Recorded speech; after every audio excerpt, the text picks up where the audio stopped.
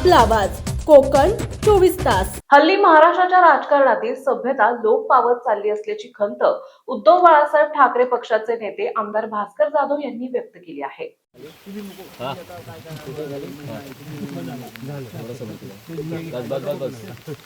साहेब, दरवर्षी तुम्ही या शेतामध्ये लावणी करता, शेतातल्या चिखलामध्ये बसलात, राजकारणाचा चिखल कसा वाटतो तुम्हाला?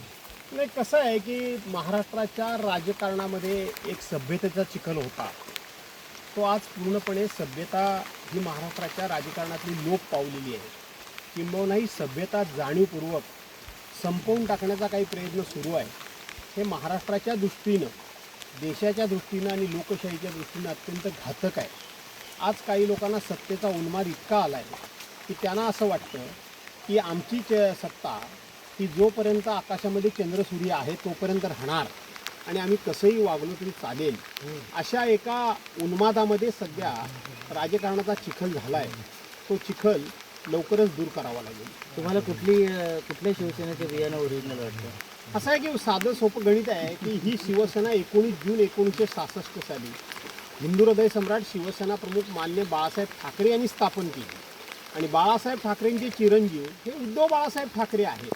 त्यामुळे ओरिजिनल शिवसेना नावाचं बियाणं हे उद्धव बाळासाहेब ठाकरेंच्याकडेच आहे आणि ते असणार आहे। काही जणांना सत्तेचा उन्माद आला आहे अशी टीका आमदार भास्कर जाधव यांनी पत्रकारांशी बोलताना केली आणि हल्ली राजकारणाचा चिखल झाला असल्याचंही म्हणाले।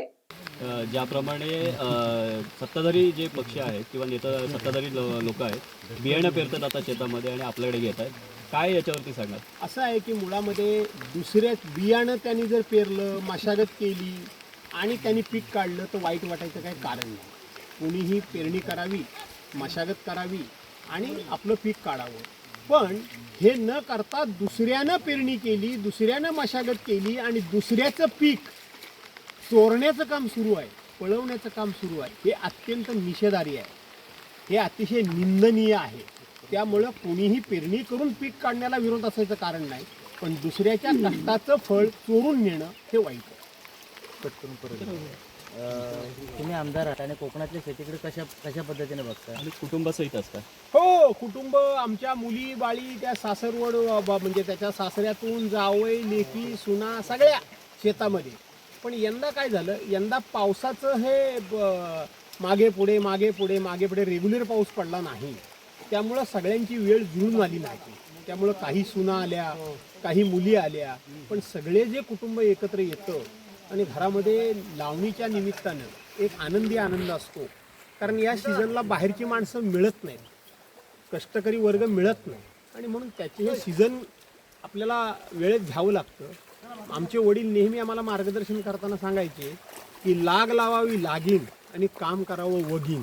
म्हणजे काय तर लावणं ही लावणी त्या हंगामातच लागली पाहिजे तर पीक चांगलं येतं, आणि काम करायचं असेल तर इब्रतीनं, इज्जतीनं आणि सन्मानानं करून घ्या, त्याला म्हणायची ते वगीन।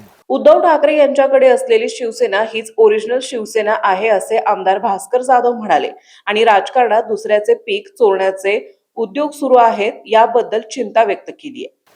त्यामुळे त्या वेळेत जर काम करायचं असेल तर बाहेरची माणसं विकृती मिळत नाहीत, त्यामुळे घरची माणसं गोळा करावी लागतात। कोकणात भात शेती कमी होते, शेती कमी होते, काय सांगाल? शेती कमी म्हणण्यापेक्षा कोकणातली शेती फार जवळजवळ संपते की काय अशी भीती निर्माण झाली आहे। नागलीसारखं पीक बंद झालं की काय, वरीसारखं पीक, काळे तीळ पूर्वी पिकायचे ते लोकांनी बंद केले। आम्ही लागणारी नाचणी, भात हे सगळं काढतो, पण आता शेती इतकी उत्तम पिकते, लोक काय म्हणतात परवडत नाही, हे साफ खोट आहे। कष्ट करायला लोक तयार नाहीत। लोकांना शेती जर केली तर खूप चांगली शेती पिकू शकते, स्वतःच्या शेतातलं चांगलं धान्य ते खाऊ शकतात। सरकारकडून गहू दिले जातात, तांदूळ दिले जातात रेशनवर 1 रुपया 2 रुपये दराने, त्याचा काय परिणाम जाणवतो का शेती? 100% जाणवतो, 100%। कुठलीही गोष्ट मोफत मिळते त्याचं मोल राहत नाही, त्याचं महत्त्व राहत नाही। माझ्या म्हणण्याला अर्थ काहीही नाही, पण माझा आग्रह असा आहे की तुम्ही मोफत देण्याच्या ऐवजी जो शेती करेल त्याच्या बांधावर सगळं मोफत द्या, त्याला लागणारं खत मोफत द्या, त्याला लागणारी अवजारं मोफत द्या, त्याला काम करण्याकरता म्हणून त्याच्या शेताचं त्या ठिकाणी सर्वे करून मोल मजुरी तो लोकांची कशी देऊ शकेल ती मदत करा। मोफतच्या ऐवजी घामाला दाम द्या, हा माझा आग्रह आहे. पण ह्या माझ्या आग्रहाला किंमत 0 आहे. Okay thank you. समुंदर की गोद में पला है तू, अंगड़ाई लेते ही लहरें शुरू. आज यौवन की मस्ती छोड़, ले चलता हूं तुझे एक नए मोड़. आजा तुझे माँ पुकारे अब, छेड़ देते हैं बीच से कुछ शरारत हंसी. गले लगा ले उसे ए फकीर, इंतजार कर रहा है तेरा तो. चल दे देते हैं उसे फसल की खूबसूरती तो. आजा तुझे माँ पुकारे अब, उन्हें भी देनी है एक नई पहचान. आजा तुझे माँ पुकारे अब. फिनोलेक्स पाइप्स पहुंचाए पानी को अपनी माँ के पास. महाराष्ट्रातील तसेच कोकणातील महत्त्वाच्या बातम्या पाहण्यासाठी कोकण 24 तास न्यूज चॅनलला यूट्यूबवर सबस्क्राईब करा आणि बेल आयकॉन प्रेस करा.